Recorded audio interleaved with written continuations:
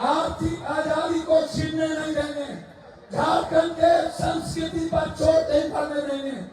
झारखंड के ने जो अलगाववाद को लेकर के आज कोई जात का नफरत पैदा कर रहा है, कोई कहता है मैं फलना जात, कोई कहता है मैं फलना धर्म, कोई कहता है मैं फलना मजहब, लेकिन हेमंत कहता है मैं झारखंड का बेटा हूं और झारखंड के अस्तित्व के लिए मैं जीना चाहता हूं। इसीलिए ये लड़ाई किसी दिल्ली वालों के लिए नहीं है, ये लड़ाई एकमात्र हीरो है। और इस बीच में हम लोगों के बीच एक संघर्षशील झांसी की रानी पैदा हुई जिसका नाम कल्पना सोरेन है, जो उम्मीद बन चुकी है बिहार के हर महिलाओं के लिए, जो उम्मीद और सपना बन चुकी है झारखंड की हर बेटियों के लिए, हर मां के लिए, आदिवासी के लिए नहीं, सबसे ज्यादा कल्पना सोरेन के भीतर यदि आज दूसरों के लिए लड़ने की हिम्मत है, वो शहरी बेटियों के लिए जो उन्होंने सपने दिखाए। और इस संघर्ष के साथ जो हेमंत भाई जब जेल से निकले, उन्होंने जो निर्णय लिया इस झारखंड के विकास के लिए, इतनी यातनाओं के बाद हर परिवार के बीच यदि 4 महिलाएं हैं तो 4 महिलाओं को 2,500 रुपया, सोचिए 2,500 रुपया का मतलब है एक परिवार में 12,000 लगभग हर महीना। ये सपना किसका है? हर रास्ते के विकास को आप देखिए, यदि आप चलिएगा बिहार के बॉर्डर से रांची तो आपका कहीं रोड गड्ढे में नहीं होगा, आप चलिएगा कहीं पर न्याय की बात करिएगा, ये नहीं आदिवासी। बीजेपी जब आती है तो बाहरी भीतरी का बात करता है, बीजेपी जब आती है तो हमेशा अलगाववाद की बात करता है, और जब कांग्रेस और जेएमएम आता है तो सिर्फ मोहब्बत की बात करता है, सिर्फ जोड़ने की बात करता है, सिर्फ इंसानियत की बात करता है, सिर्फ विकास की बात करता है। इसीलिए हम आपके बीच आए हैं। बिहार से मैं गर्व करना चाहूंगा, अरे भाई आप तो उस भगवान बिरसा मुंडा के धरती के हैं जो किसी से डरता नहीं है। दिल्ली वाले को यह कह दीजिए, यदि तुम मेरे बेटे को मारना चाहते हो तो जवाब तुमको इस 2025 में 24 में नवंबर में इतने जोर से आप अपना मुहर मारिए कि दिल्ली की सरकार को हिला के रख दीजिए और आप झारखंड को जिता दीजिए। दिल्ली के सरकार को गिरने से कोई नहीं रोकेगा, ये मैं आपको वादा करता हूं। इसीलिए आप सबको बधाई देता हूं कि आप इतने बड़े तादाद में बारिश होने के बावजूद नॉमिनेशन में आए और बिना किसी जात धर्म के। ये लड़ाई आपको एक बेटा मिलेगा और इस झारखंड को एक क्रांतिकारी बेटा जो झारखंड की रक्षा करेगा। और एक ही हीरो है, बीजेपी के पास 4 डिप्टी सीएम और चारों का चरित्र देख लीजिए, चारों के बारे में बीजेपी से पूछिए कि कौन है तुम्हारा मुख्यमंत्री। क्या यहाँ नरेंद्र भाई मोदी जी बनेंगे? क्या यहाँ विश्व शर्मा बनेगा? विश्व शर्मा से बढ़कर गुंडा कौन है? ये जो तुम यहाँ आकर के धमकी देते हो, विश्व शर्मा याद रखना, तुम्हारी गुंडई आसाम में है ना, तो आसाम में तुम्हारी गुंडई छोड़ा देंगे यदि झारखंड देखने की कोशिश की तो। ये जो विश्व शर्मा है ना, ये डरपोक है, ये कायर है, इस गुंडे से मत डरिएगा। ये अदानी का पैसा लेकर के आता है और ये बड़ी बड़ी बात करता है।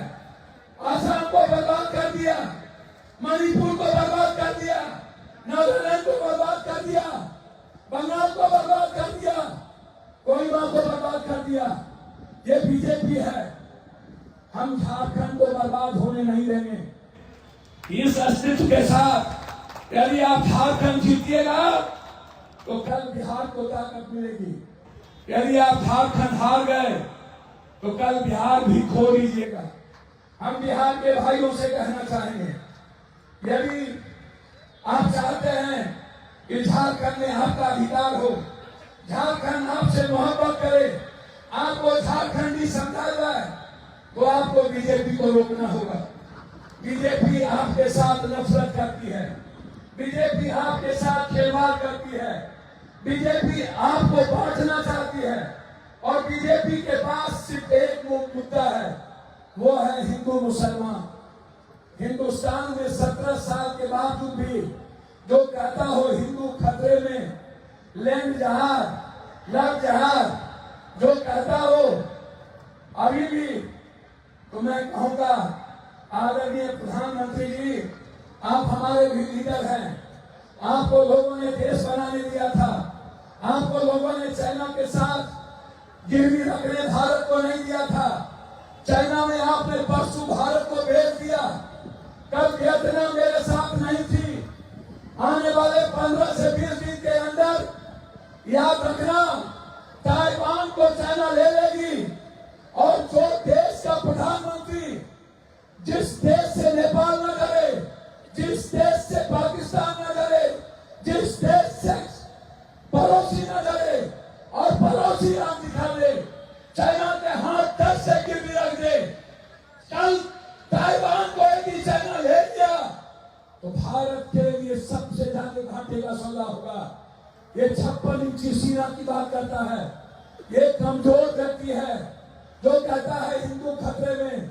10 साल के बाद यदि हिंदू खतरे में है तो आपको चुल्लू भर पानी में डूब के मर जाना चाहिए। आप किस बात के लिए करके आए थे? इस हिंदुस्तान का सनातनी हिंदू जीना चाहता है, लड़ना चाहता है, इसीलिए आप खतरे में मत डालिए। आप कहते हैं लव जिहाद, सरकार आपकी है, फिर आप ऐसे लोगों को कानून के तहत क्यों नहीं करते हो? कहिए, आपके पास ताकत नहीं है। आप कभी पाकिस्तान का नाम लेते हो, है हिम्मत आपको? है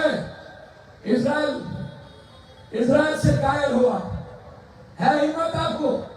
जाओ ना ईरान से सीखो, है हिम्मत आपको? क्या पाकिस्तान से लड़ सकते हो जो अपने गुनाहगार को भारत में ला सके, जो लूटने वाले को भारत की जमीन पर कानून के तहत ला करके सजा न दिला सके? आप कहते थे ना दाऊद इब्राहिम, कौन रोक रहा है? कांग्रेस। कौन रोक रहा है? मेरे नेता। कौन कहता है अपराधी को न लाओ? कौन कहता है जो लोग पैसा लेके भागे उसको न लाओ? अरे मोदी जी, आपकी हिम्मत नहीं है, आपकी पतलून गीले हो जाती है हिम्मत तो लाओ न जा करके दाऊद इब्राहिम को। क्यों नहीं अपराध होता है? आपकी हिम्मत नहीं है। इसलिए जिसको हिम्मत न हो भारत के संविधान को बचाने की, भारत के लोकतंत्र को बचाने की, भारत की इकोनॉमी को बचाने की, भारत के संस्कृति को बचाने की, भारत के कानून में रहने की, वह बात करेगा झारखंड की। ये लड़ाई अदानी बनाम हिंदुस्तान की रक्षा के लिए है। ये लड़ाई हेमंत सोरेन जो आज धरती पुत्र है, जो झारखंड का बेटा है, जो क्रांतिवीर है, ये लड़ाई उसके नेतृत्व में एक बेटे को अपने बेटे के रूप में झारखंड को बचाने की लड़ाई है। यही मैं आपसे कहना चाहूंगा।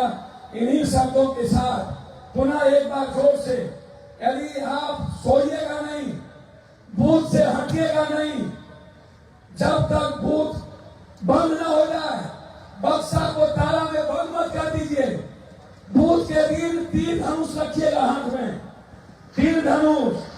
जो लुटेरा आएगा चलाइएगा